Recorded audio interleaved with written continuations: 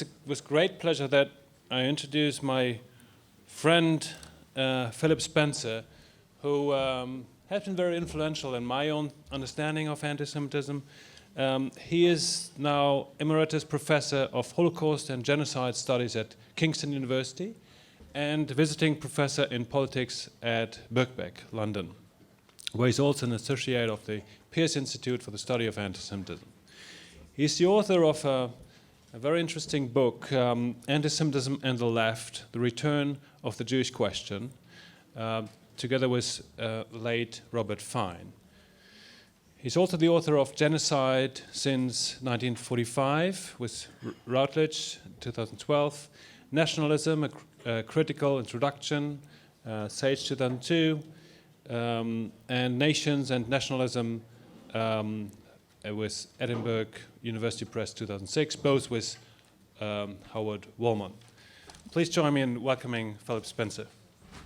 So I have to talk about something that is very contemporary, something that is ongoing, which is how and why the Labour Party in the United Kingdom, which is historically the home for the majority of Jewish voters and activists, has become a space within which anti-Semitic attitudes and views can be easily promoted and circulated. And this is a very troubling phenomenon. In the interests of what we in Britain call full disclosure, I was a member of the Labour Party until quite recently, but I left. And 2 days ago, my very closest friend also left. So, but I do have a lot of friends in it. So this is a difficult personal question for me.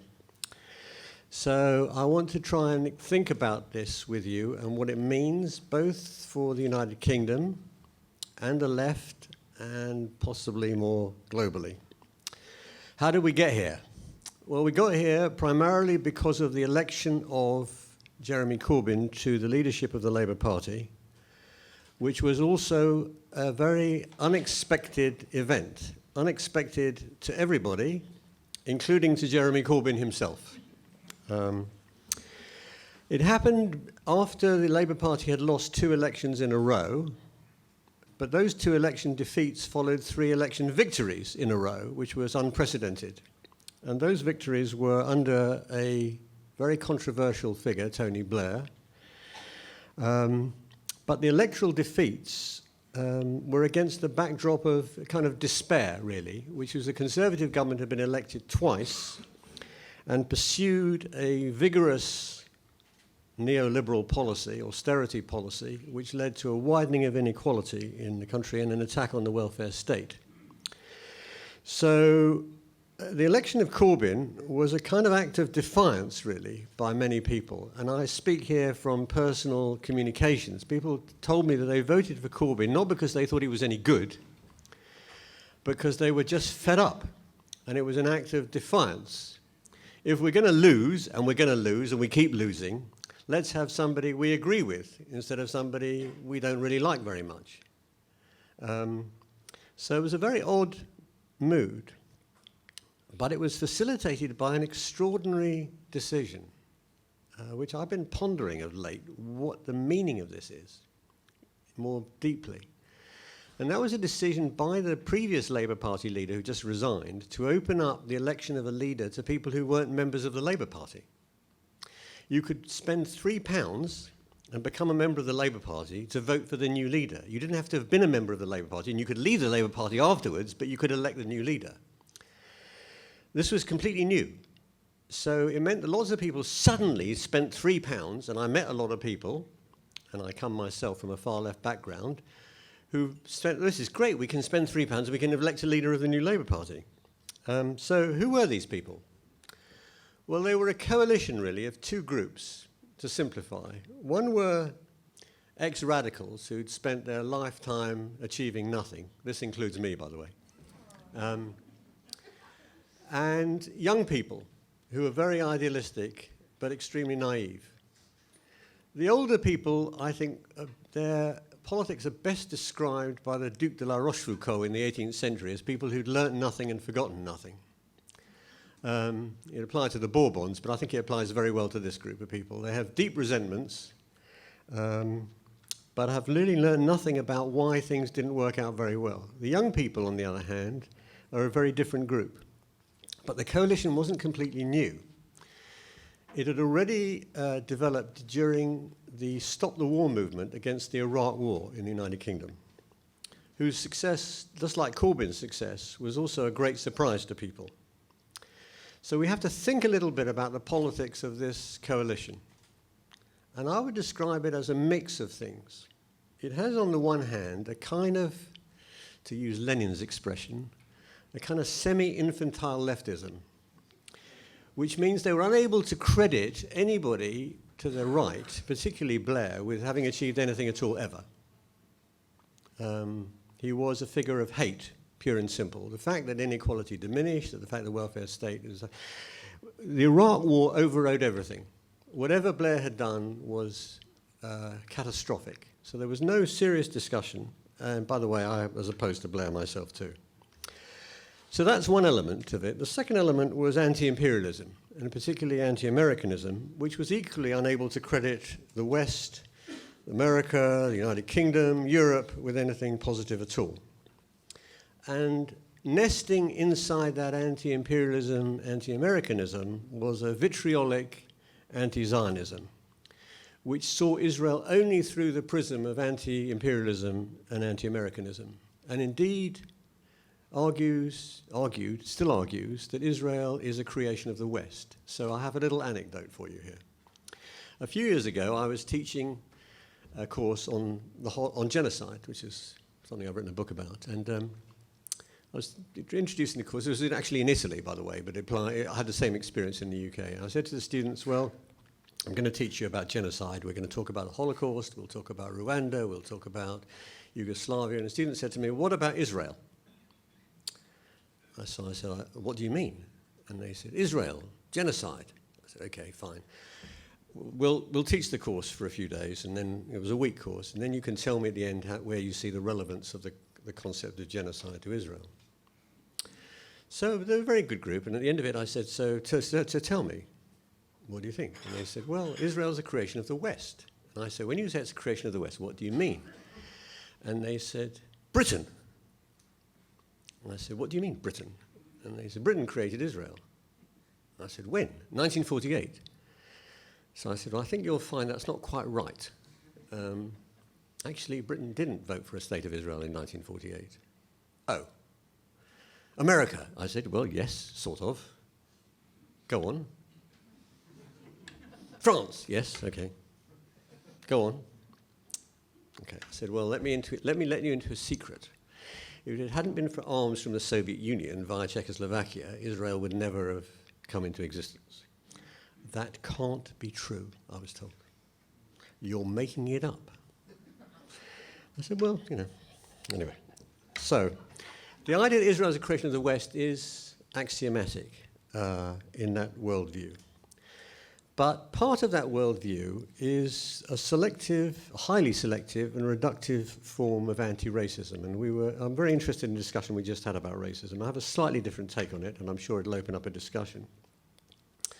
What that view of racism involves in the UK, on the left and in the Labour Party, is that anti-Semitism is not a form of racism today.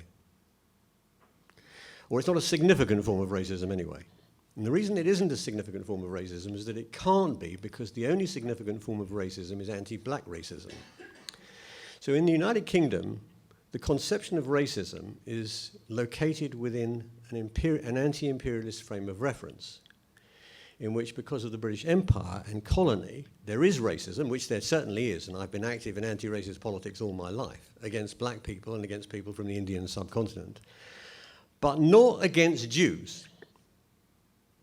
Now, there is no capacity on the left, very little capacity in the UK, for thinking about the complexity of anti-Semitism as a form of racism, but not only as a form of racism, because it's much more complex than that, and I think it's been hinted at in the discussion. And there are no tradition at all in the UK of thinking about anti-Semitism in the way that you find, I think, for example, in Germany.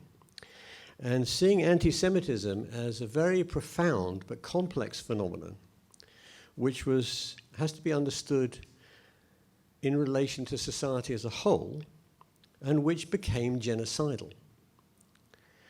So although there is this form of anti-racism in the UK, which does recognise the Holocaust, it doesn't think about the Holocaust in terms of anti-Semitism.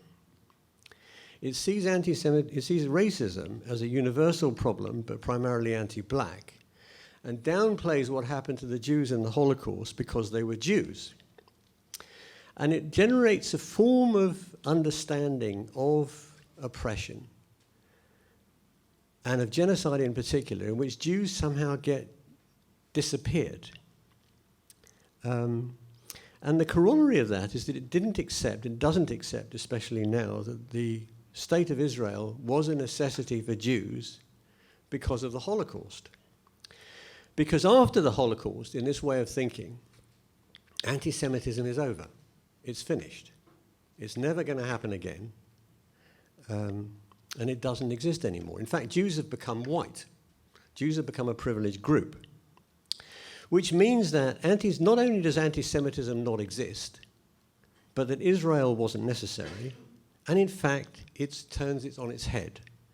Not only was Israel not necessary, but Israel itself has become a continuation of Nazism and racism in another way. And this, of course, brings us to the idea, which is very, very strong in the Labour Party, on the left of the Labour Party, that Zionism is racism. And we talked earlier on this morning about the Durban Conference, and that has become a kind of common sense now on the left in the Labour Party. Not the whole of the Labour Party, but in the Labour Party. And particularly, it's a view held by Corbyn and his closest advisors. Now, the notion that Zionism is a form of racism was never the dominant view in the Labour Party. It was a dominant view on the far left, but not in the Labour Party. And inside the Labour Party, confined to the margins, confined to Corbyn. Now, what's striking is that the group around Corbyn has now come to power. And so their view of racism, their view of Zionism, their view of America, their view of imperialism is now the view of the leadership of the Labour Party. And that is a new phenomenon. But it's worth dwelling for a second on this, which is to look at the history of the notion of Zionism as racism. Because we talked earlier on about the Durban Conference, but actually it has a longer prehistory than that. It goes actually back to the Soviet Union and to the Stalinist world. And actually, this may come as a big shock. Every time I mention this to people, but every time I speak about this in a conference, people don't believe me, but believe me, right? Corbyn's two closest advisors are actually Stalinists, by which I mean they think that the demise of the Soviet Union was a disaster. And in one case, they think that North Korea is not such a bad place. I'm not making this up, okay? So we do need to think about how that tradition, which is a Soviet tradition, connected with the anti-colonial, anti-racism of the rest of the left, including the liberal left. And so even people who were anti-Stalinist for a long time have converged on this demonization of Israel, which has now become a common sense of the leadership of the Labour Party and all the people who are enthusiastic for other reasons about Corbyn and so forth. So what we have now is what used to be called the socialism of fools, but is probably best described by what Moshe Postoni called the anti-imperialism of fools. Now, there are lots and lots of consequences of this inside the Labour Party, and I'm only going to have time to mention a few. One has been an extraordinary softness towards organizations which are openly anti-Semitic, such as Hamas and Hezbollah. And Corbyn and his associates have a long history of inviting representatives of Hamas and Hezbollah to the country and even to Parliament to talk. And sitting on platforms where they spout anti-Semitic language, rhetoric, and hatred, and don't challenge it at all, ever. There's no record of them challenging it in these meetings. There is evidence of them ignoring completely openly anti-Semitic expressions. There was a famous example of a mural painted in East London, which showed Jews in classic Jewish tropes of the Rothschilds controlling the world, and so forth, which Corbyn supported and then said he didn't notice the anti-Semitism in it. There are openly masses and masses of examples on social media of openly anti-Semitic expressions by Labour Party members, Labour Party councillors, even Labour Party MPs tweeting and retweeting stuff. There's a famous meeting at which Corbyn was at on a Palestinian solidarity meeting where he said that, very famously invoked a classic British anti-Semitic stereotype which predates anti-colonialism, anti-Americanism, anti-imperialism, and even anti-Zionism, in which he said, there are Jews in Britain who've been here even 100 years and they still don't understand English irony. Now this is a kind of classic trope about Jews in England. So there's lots and lots of stuff. And it's led to the hounding out of a number of Jewish MPs. And not a day goes by, I mean not a day goes by, where you couldn't go on the web and find more of this stuff. And I say, even in the last 3 days, right, just before I left the country to come here, a Labour Party MP had been suspended for his view that all this stuff about anti-Semitism was overdone, and the Labour Party had made far too many concessions to Jews, or to the Jewish establishment, and then he was readmitted. And then a couple of days later, over 100 Labour MPs protested about it, so he's now been suspended again. So you have to keep up all the time.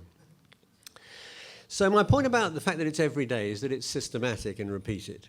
And so we have to talk about something that is very significant, and this is where I have a slight disagreement, which is the importance of racism, in particular institutional racism, because we have an understanding of the phenomenon of institutional racism in the UK that maybe isn't as shared across the Atlantic. I don't know.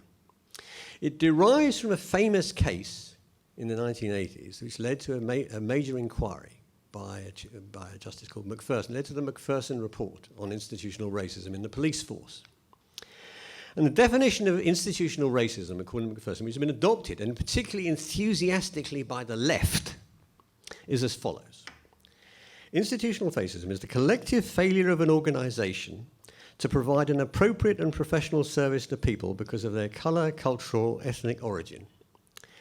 Now, the importance of this definition is it recognises that organisations don't have to be full of obvious racists for a discriminatory culture to develop. As it says, racism can also be seen or detected in processes, attitudes, and behaviour which amount to discrimination through unwitting prejudice, ignorance, thoughtlessness, and racist stereotyping.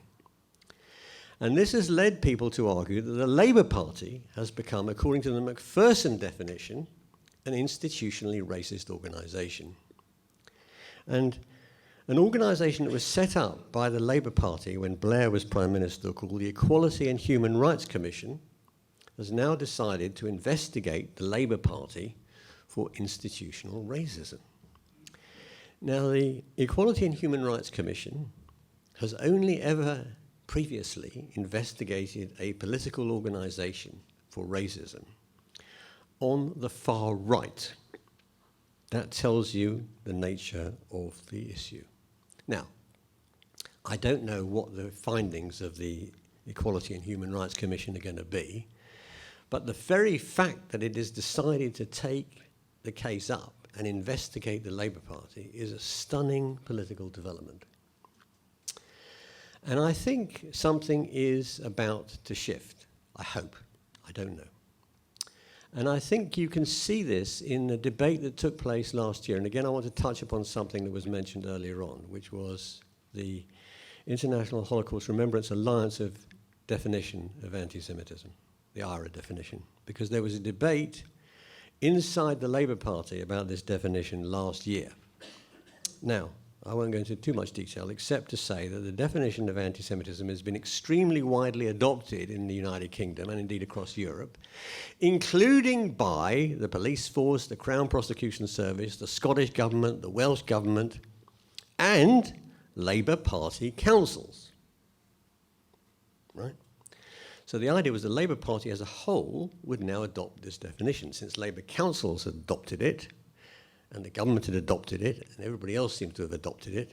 So the definition says that anti-Semitism maybe is a form of hatred towards Jews, and gives a series of examples which include, but then it says they're not limited to these, which include accusing Jews as a people or Israel as a state of inventing or exaggerating the Holocaust, accusing Jewish citizens of being more loyal to Israel or to the alleged priorities of Jews worldwide than to the interests of their own nation, denying the Jewish people their right to self-determination, e.g. by claiming that the existence of a state of Israel is per se a racist endeavour, and drawing comparisons of contemporary Israeli policy to that of the Nazis.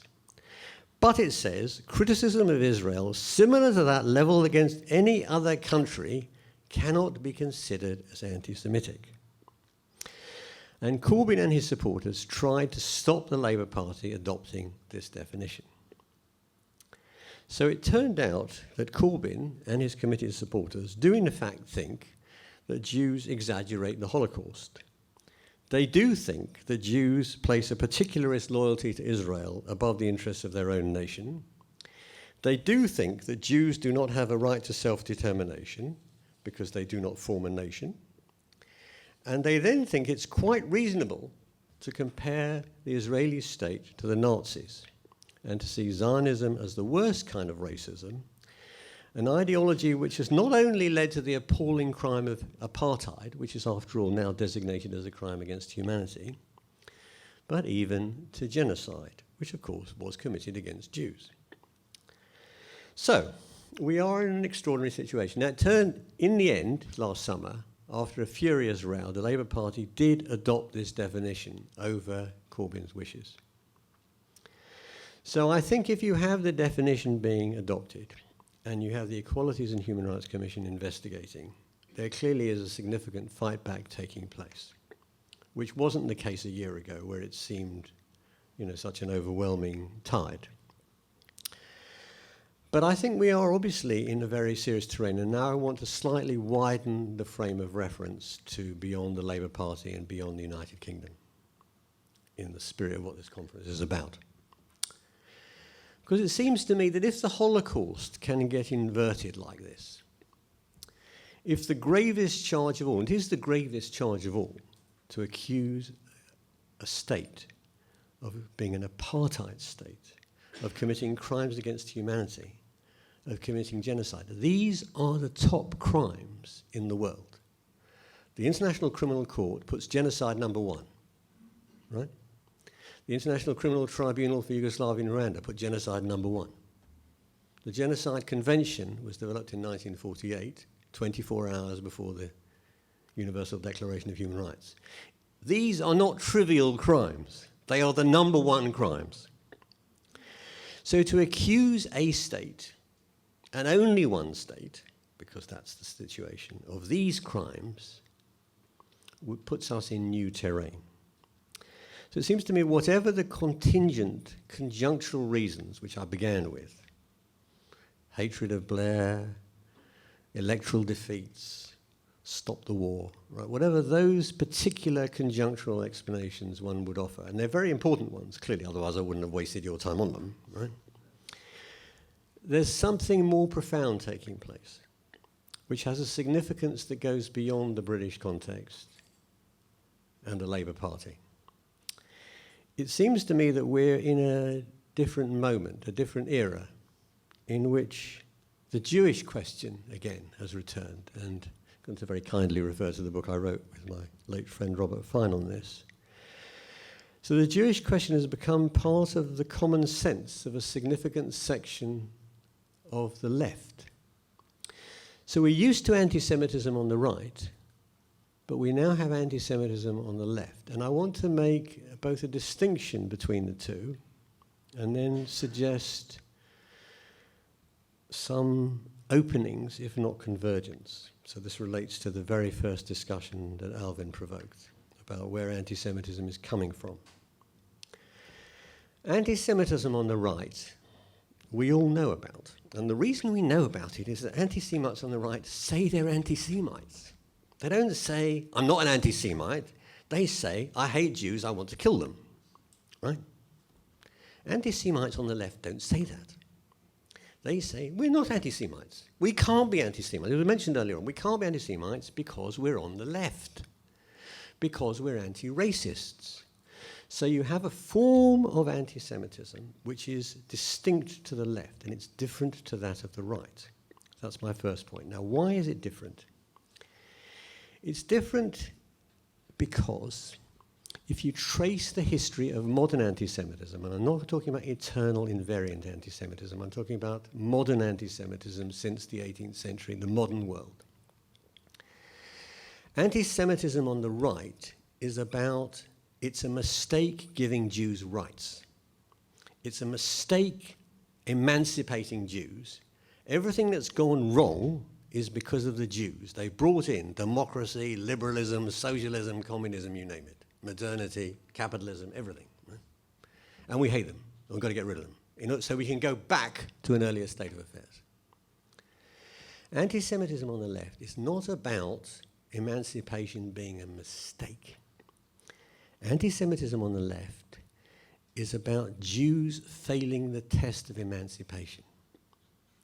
We expected them to enter the modern world, to leave the ghetto and become like us, to behave well, to be good citizens, to be members of a nation, not a Jewish nation, and the French Revolution was very clear about it. We're going to give Jews rights as individuals, not as a nation within a nation. In the Soviet Union, as an extension of this, you assimilate to the Soviet system. If you start going on about being Jewish, we don't want to hear it. So, of course, the Holocaust, as what happened to Jews, was systematically repressed in the Soviet Union. So the repeated loyalty of Jews to being Jewish, to their particularism, was something that was unacceptable to a significant section of the left. And that's a different source of anti-Semitism. It's not about emancipation being a bad thing. It's about Jews not behaving well after emancipation. So how does Israel fit into this? Because this is the Jewish question on the left. What the Jewish question on the left is, we gave Jews rights and they don't behave well. They stick to each other. They're capitalists. They're Zionists. Every other nation state in the world has moved beyond ethnicity and race as a basis of the nation, except for one, the Jewish state. So the rest of us have moved on and become emancipated and modern and democratic and so forth, except for the Jewish state. Now that is about Jews failing the test of emancipation and not behaving as the left wanted them to do and expected them to do. Now, how then can we think about anti-Semitism on the right, which Alvin mostly focused on rightly, and anti-Semitism on the left? Are they completely distinct animals that have nothing to do with each other? And I don't know the answer to that question. I have some thoughts about it, which is that anti-Semitism is very fluid, it's very elastic, it's open to being picked up. And I think there is a kind of superficial radicalism on the left that is very tempted into anti-Semitism. And there is a long history of it, which I could rehearse with you. If you want to, any of you have a problem with sleeping, I can recommend my book. Where does this leave us? Well, in the 1980s, an Israeli political scientist, historian called Shulamit Volkov, who some of you may know of, suggested that in the 1890s and onwards, anti-Semitism became a kind of cultural code. And I've been pondering, partly because she suggested it too in the discussion I had with her and then in some articles, that maybe anti-Semitism is becoming a cultural code again in the form of anti-Zionism. It's a possibility. Certainly anti-Semitism, as far as I can see, and this has been my experience in talking about it with people on the left, is not something that's easily discussed in a rational way. You can't provide evidence. you can't provide reasoned arguments. My little anecdote about those students is a good example. They said, you can't be telling the truth. It's not like I was giving them new evidence. It was that the facts that I was providing them couldn't be facts. To which my response was, well, there might be a problem with a theoretical framework which is on your side, which is generating facts which aren't facts, and can't recognize facts which are facts. And we had an interesting discussion about it. Now, the notion that anti-Semitism is a passion is, of course, something that we have thought about before. So that raises the question, which we were touching upon in the last session, which I found very, very interesting, and I thought your very cool-headed, level-headed analysis was very helpful in many ways. And I think the distinction between intent and outcome, is the way I would put it, is a good one. How does one combat a passion? How does one combat an obsession? Well, law can do some things. It can limit the space for the expression of things. And I'm less bothered about free speech than some of my transatlantic friends. Because of its impact. The impact of hate speech on people is devastating. I mean, as I know from my work on genocide. And the denial of genocide is a deeply wounding thing for survivors of genocide. So law can do something. But clearly we have to do more than that. And I think we have to engage in is delegitimation, a politics of delegitimation, of making the expression of anti-Semitic ideas illegitimate in an ethical way. And I do think the debate about the ARA definition and the investigation of the Labour Party for institutional racism are very significant moments in a delegitimation project, conscious or not. So I'll conclude now. I'm cautiously optimistic. I don't think that anti-Semitism is insuperable. I'm surprised, I'm shocked by how fast and how fast it's developed. I began thinking about it only after 2000 and 2001, and I never expected it to reach the levels it has reached. And it's grown. Durban was a crucial moment, but it's not the only moment. So when I say I'm cautiously optimistic, people can turn around and say to me, well, you've achieved nothing, so go away. And you've been consistently wrong about everything, which is certainly true. But I'm cautiously optimistic because I think the tide can turn. And I think one can mobilize people against something that is a passion and so irrational. But, and this is the but, we have to look at not just the present, but the past.